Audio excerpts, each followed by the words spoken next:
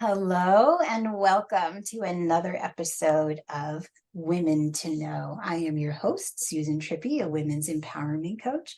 And the Women to Know series is a space where we invite women to come on and share about something that they have experienced in life that they want to communicate and share their life lessons with the sisterhood, or it's amazing women like my guest today who have also been through some things, but it is here to talk about a specific tool that you can use in life to keep yourself organized.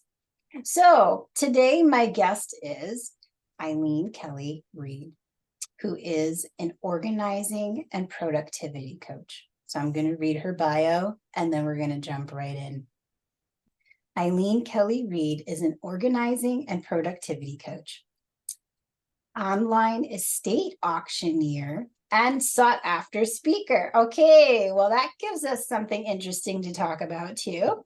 In her 13 years since saying goodbye to her six-figure corporate career and creating Simplified with Eileen, she's found that the struggle is real.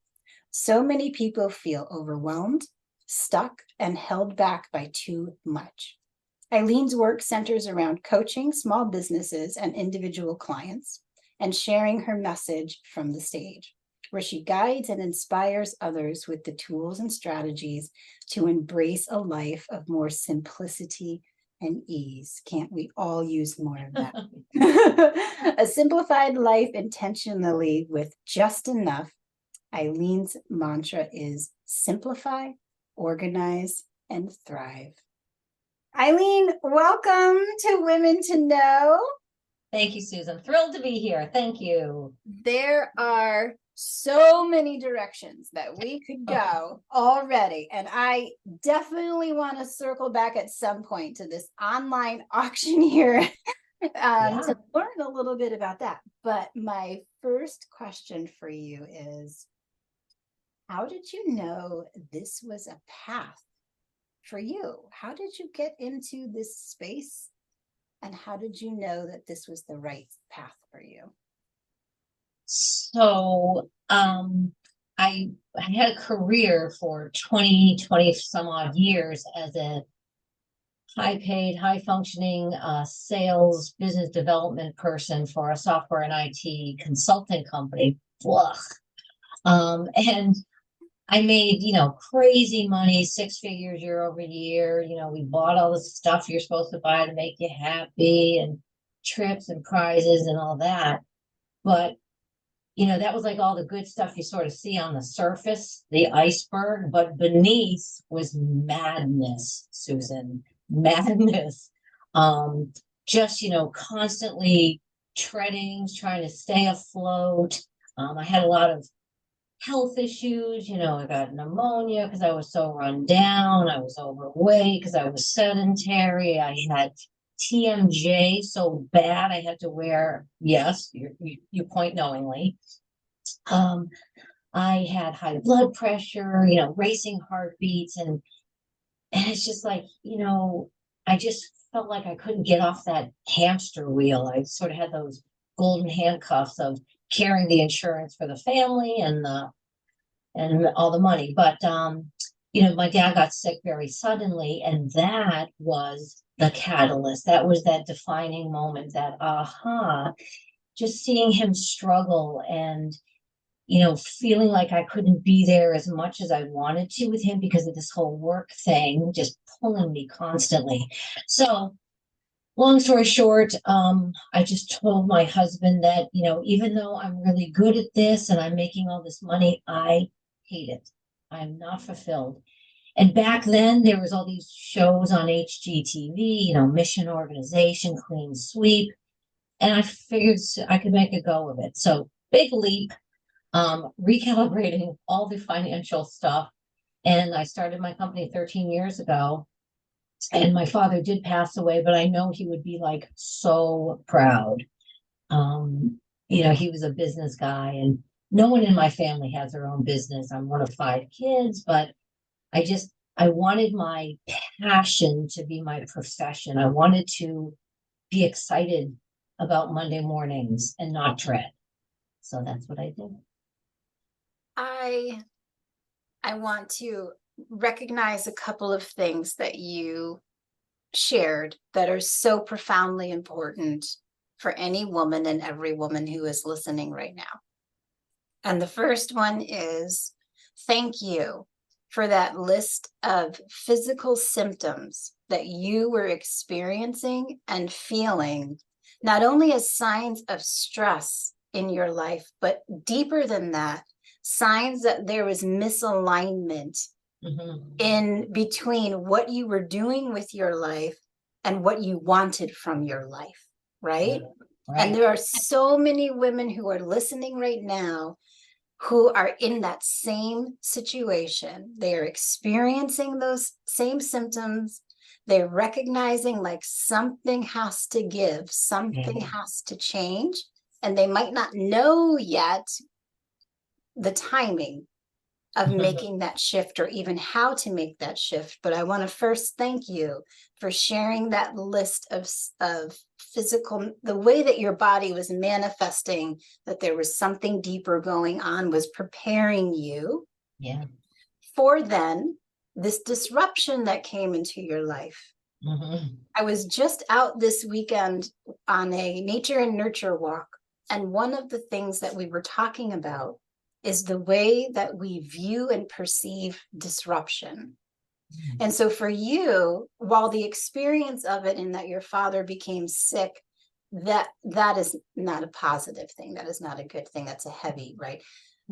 Yet that became the catalyst that was enough of a disruption of your normal routine for you to say, oh, wait, no, it's time for me to step into something else now. So can you talk to us a little bit for those women who are in that place where you were, who know there's something more? Can you talk to us a little bit about how that disruption was actually a really positive experience for you, and what one of those mindset shifts was that you had to make to step into this new reality for yourself? Well, like you said, Susan, it was something that had always sort of been in the background, like, what if, maybe, could I? Wow, and I, like so many of us, we sort of poo-poo and push down the stuff that's happening to us. But when somebody we love is facing something like that, whether it's a child, a parent, a loved, that's when I think the like ding happens. You can see there's a little more clarity around it. And when you see just how precious life is, and then you look at yourself on a Sunday night and you're like, oh crap, how am I going to go in there tomorrow? How am I going to go in there and do this again? When it's joyless. It's like sucking the life out of me. So I think that, like so many things in life, the fear of doing it is so much bigger than doing it. Like just doing it, it really wasn't that hard. I told my company, I gave them my notice. Very fortunate for me. They said, don't leave full time. Can we just have you for 3 days? And you don't have to do sales. You can do sales training. So I had that little bridge, but I was fully prepared to cut it off and just go. And I think sometimes, again, you can overanalyze, analysis paralysis, and try and line everything up. And you never know when the right time is, but you'll know it when it comes. And I knew it. I just knew it. I love that. So some of this is listening to your intuition, which I talk about a lot with my clients, and we talk a lot about this Women to Know series as well, is listening to your intuition and trusting it when you get those intuitive hits and moving on it when you get them. Yeah. Now, I remember the show Mission Organization. I love that show, and I think that's what has led to like my appreciation for all things neat, tidy in the forms of baskets and mason jars. Yeah. So, but before we get there, I would love to hear from you how this pandemic, which we are sort of and finally sort of ish coming out of it as it evolves and changes and shifts, but it's impacted all of us, right? And so how has this time impacted you? How did your business shift and change? How did you personally grow through this time period also? Beautiful. So a quote that I actually have next to my hanging on my wall is from Becoming Minimalist. And it talks about the pandemic, and it says, I think that when the dust settles, we will realize how little we need, how very much we have, and the true value of human connection. So that for me is, again, I am a half full kind of person. That just is very meaningful. Now, in my job, I couldn't go into people's homes and organize their pantries with mason jars, and I couldn't do moving sales and estate sales at the height of the pandemic and even after. So, crap, okay, so what am I going to do? I'm not just going to, roll over and die. So I did a lot of Zoom work, and you could, with FaceTime and Zoom, coach people, because I am a coach. I'm not a little fairy going in there just doing things. I'm a coach.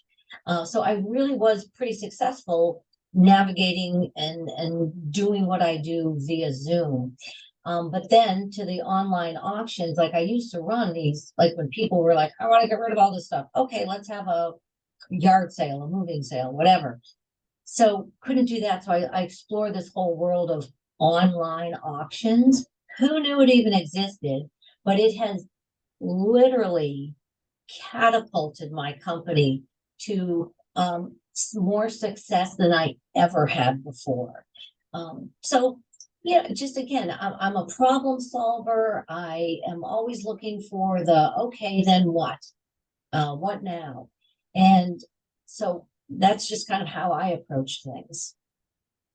For the women who are listening, well, for the audience who is listening today, who may not be familiar with an organization and or productivity coach, can you share with us what does that mean and what do you do? Sure. So organizing, it's part of it, but I really do what I do to help people be more productive, more efficient, find more time, save more money, just have a better life. Decluttering can take all sorts of forms. It can be decluttering relationships that, people who just are always derailing you, and therefore you don't have time. So you've got all these piles on your island and piles on the stairs and, all this stuff that never gets done. So I very much like to work with people to identify what are the things holding them back from having that home where they feel proud enough to bring people in, and they don't have to spend 2 hours shoving things into another room if people are coming over. But also one of my biggest things is that it's less about organizing, less about the perfect bin, the perfect hanger. It's more about having less to organize. I am a lessist. I think more is a 4-letter word. I always try to guide my clients to embracing fewer, less. More is never the answer. So when we have less, we use what we have more, we appreciate it more. We're not weighed down and held back and stepping over and making accommodations and buying extra shelvings for more. So I love that for so many reasons, right? For the practical perspective of if we are being more strategic in what we are purchasing, and we are purchasing fewer things, that from a resource perspective, we are contributing to sustainability of the environment and all of these different things. Yet we are consumed in this. We are raised to be consumers. Yes. In this culture and country. And so I really appreciate that I'm assuming part of what you do is you're disrupting that thought pattern, first of all, that we are culturally through marketing told constantly we need more, more, more, in part because that has a psychological and emotional effect then on our identity, who we think we are. I must have this type of car. I must have this type of couch. I must have this type of home. I must have these things in my space. I'm sure you see that a lot too. And so tell us, talk to me a little bit about the connection between how reducing opens up space for more, not only energy, joy, life, everything. Yes. yeah, Yeah. In order to invite more good things in, you have to clear space for it. And there's a lot of kind of like feng shui that sort of is woven in there. But like stuff, things, there's energy to it. There's a heaviness and a weight. And there's this cute little handyman. I used to be in a BNI group a long time, and this little handyman guy would come in and be like, "Oh, geez, Eileen, I swear to God, I go into my house, we've got so much stuff in the attic, and I just feel it." I'm like, "Of course you do. Of course you do," because it's sending out all that energy. And usually it's negative energy, like, "Hey, I'm sitting here in all these boxes up in the attic collecting spiders, and no one's paying attention to me. Like, what's the point?" And the things in the corner and all that. What I also do, like when we do an organizing, like a pantry, for instance, great example. Literally everything comes out onto the island. We put all the grains together and all the candy and crackers and soups and sauces and stuff. And then the first thing we do once we group them together, we'll take a picture first for my before. But then we start looking at expiration dates. And it is tragic. It is heart-wrenching and gross how much goes to waste, not only in the farms and the fields and the distribution channel and the stores, in our own homes. And there are sometimes tears from the clients who are like, "I had no idea." So I'm also talk disruptor. I am so against Costco, Walmart, BJ's, all these super buy the 400 pack, and then you buy the 400 pack of paper towels, you go home, and the next time you're going to, you forget to look, and you're like, do we need paper towels? I don't know, let's just get another 400 pack. Now you have 800 million, and they're in the garage in the overflow because they can't even fit into our cabinets and cupboards. So it's just such a over accumulation, and you're exactly right. Our culture, our world is telling us, buy the latest, the greatest, the newest, the best. If 2 is good, buy 10. And I definitely fight that happily. Can you share with us some of the benefits? So I know that there are, and I'm hoping that this is resonating with those who are listening, and they're looking around their house right now going, "Oh yeah, I've got 5 cans of artichoke." Right. Seemed like such a good idea. Exactly. And yet we are also raised to believe in a way that, we prepare.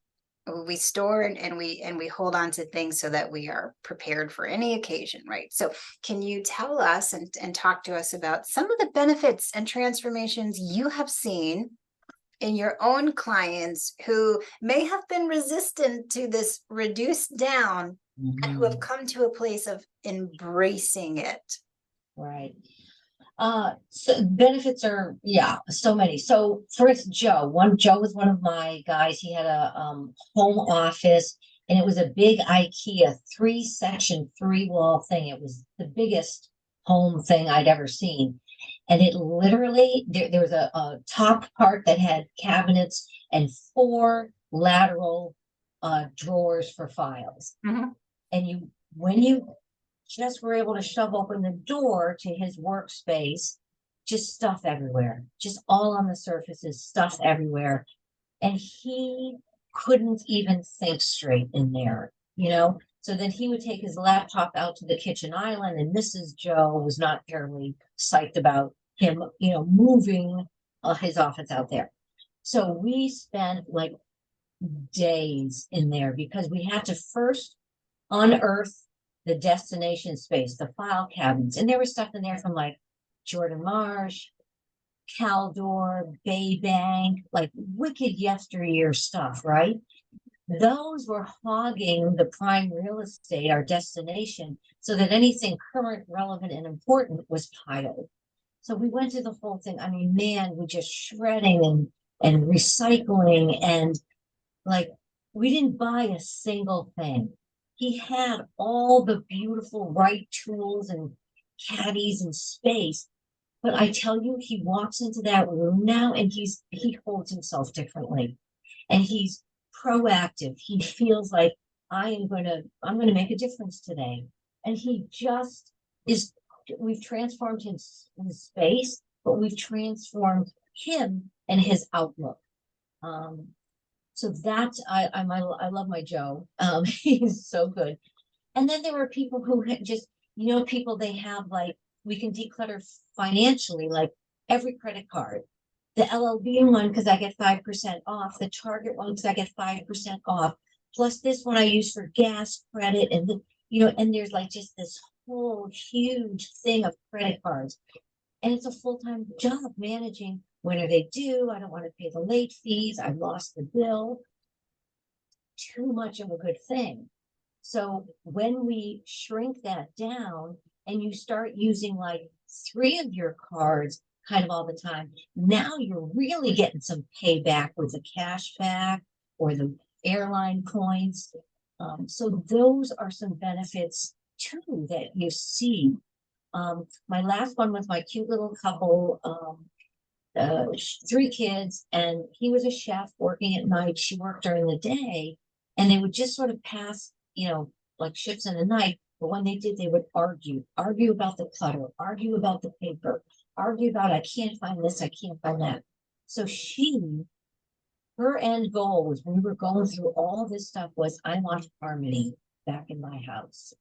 And I got an email from her weeks later saying like, I can't even believe you are like a marriage counselor because we are not arguing about stuff anymore. So tons of benefits, just seeing more possibilities in your business when, again, like Joe, you got more clarity in your space. And just feeling proud to invite people over and not paying late fees and, you know, just not stepping over stuff. I appreciate the variety of the examples that you shared, Eileen, because I think most people assume it's just home organization, and it's not. There are so many areas of life that you are assisting your clients in gaining control over in a way that is empowering them to live a better quality of life, and one that is, it has more freedom, flexibility, joy, because they're not bogged down. Yeah, more ease. Yeah. Yes, yes. And so can you share with us, what does it look like to work with you? If somebody is interested in reaching out to you, like what is the journey of a client? What does it look like to work with you? Oh, perfect. So I've got over the 13 years, I've got a process. We always do a complimentary phone conversation just to make sure that, you know, we mesh, you know, they feel comfortable with me. I am like completely non-judgmental. We laugh a lot. I'm sort of, you know, coaching along the way. So if everything sounds good on the phone call, then the first thing I do is I go in and I do an in-home assessment, a walkthrough. I want to see your current state. Do not clean up before I come. That is not the point. So I just want to see like what's working. We'll walk through, well, hey, I love this calendar system. It really, see, things are working. Or the mudroom, it's really good, it's working. So what is working? What's not working? What are your goals? What's preventing you from getting to those goals? And then what are your priorities?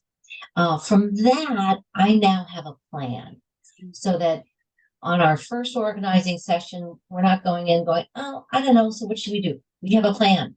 I email it to you and you said, I heard that, the kitchen was the biggest priority. Here's how we're going to attack it. And the thing is, it's always small bites. Like if we're going into the kitchen, maybe we do the pantry. Maybe we're looking at baking and cooking pans and trying to see if there's an opportunity to maybe end up with fewer muffin tins than the 17 that you have. Maybe, but it's always my client's choice. Like I don't come in and say like, hey, the rule is 5 muffin tins, so which ones you're going to get rid of? Like, it's your stuff.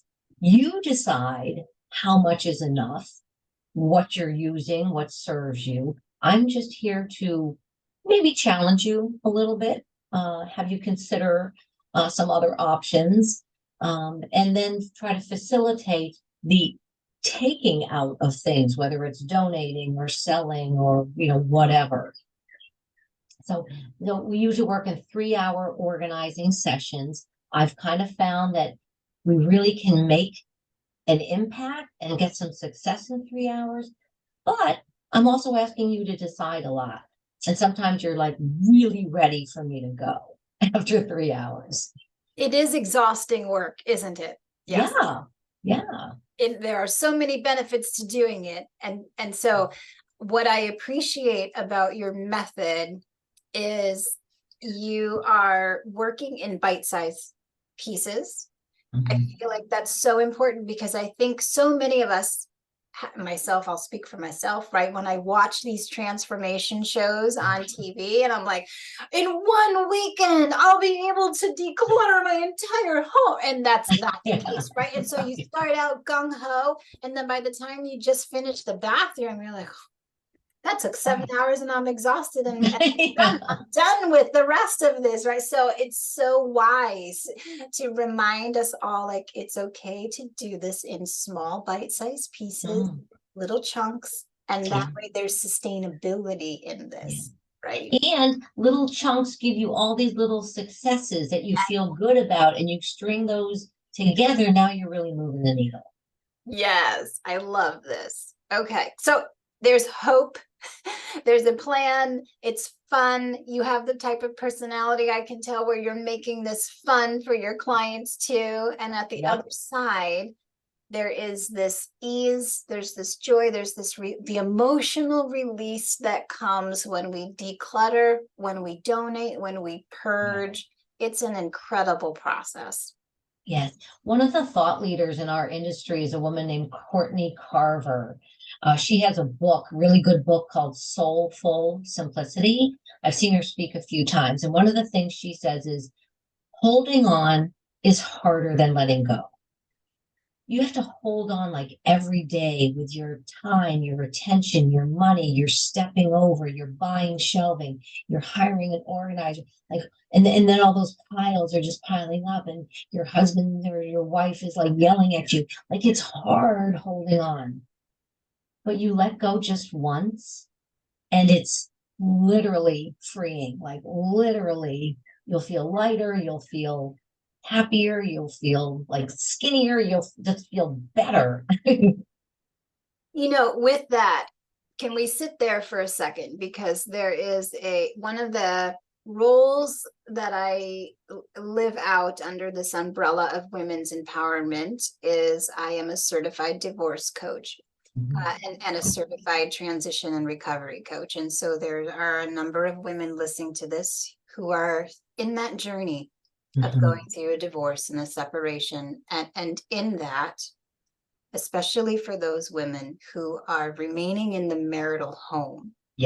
Post-divorce, it can be an emotional, it is an emotional experience for many months to even think about how to restructure the space and to make it more of one's own.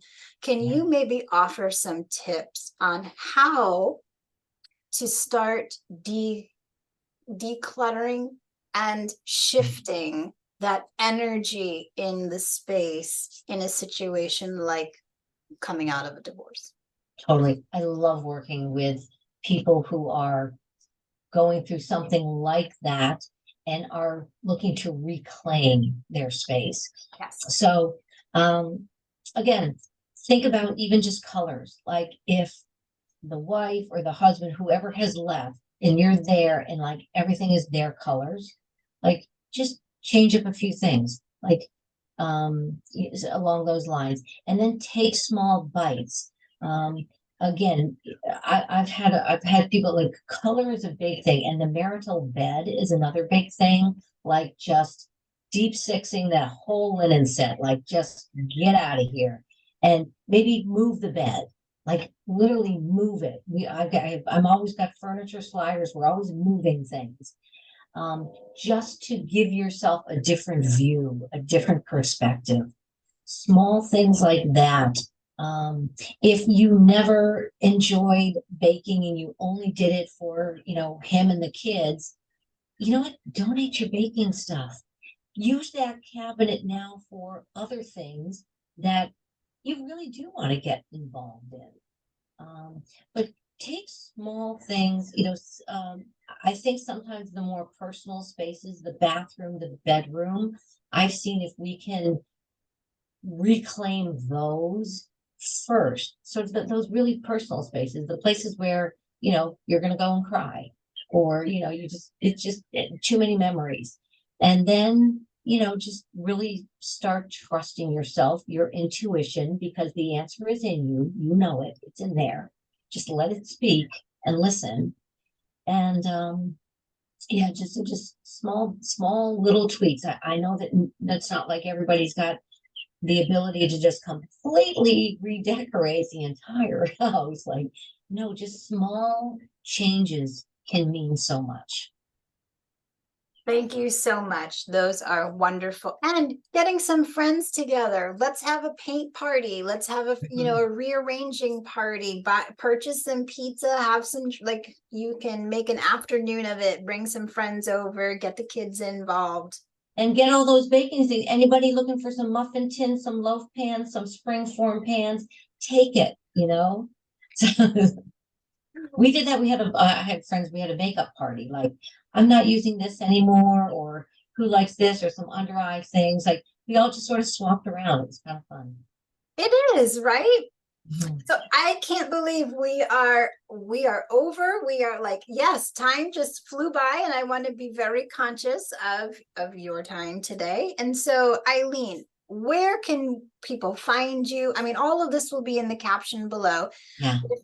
If there are any offers or promotions that you have running right now, please share that, and also share where we can find you. Sure.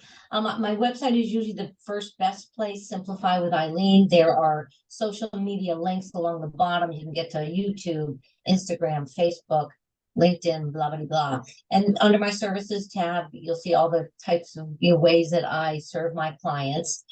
For Mother's Day coming up, and just sometimes as a really nice reminder, I have a bracelet that it's an intention word bracelet, and the word is simplify.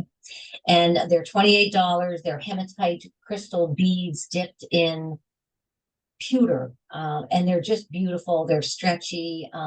That's a really nice thing. A lot of times, just people just need that sort of little reminder to look at their wrist and just, stay with their intention to simplify. Love it. Eileen, thank you so much for being a guest on the Women to Know series today. It has been wonderful getting to know you. And I want to take a second to, as I always try to do with each guest, is to affirm the ways that you are showing up in this world, and the ways that you are improving the lives of your clients through this connection with their home, connection with our home, and the activities that happen within our home can really set us up to create an incredible life, or one where we just feel disrupted and frustrated all of the time, right? And so you are investing your energy in ways that's allowing your clients to reclaim their space as a space of peace and joy and harmony and ease and comfort. And that is a beautiful way to invest your energy in the lives of others. So thank you so much for the work that you do. Thank you, Susan. Appreciate all you do and appreciate having a chance to talk with you today. It was my pleasure. Thank you so much.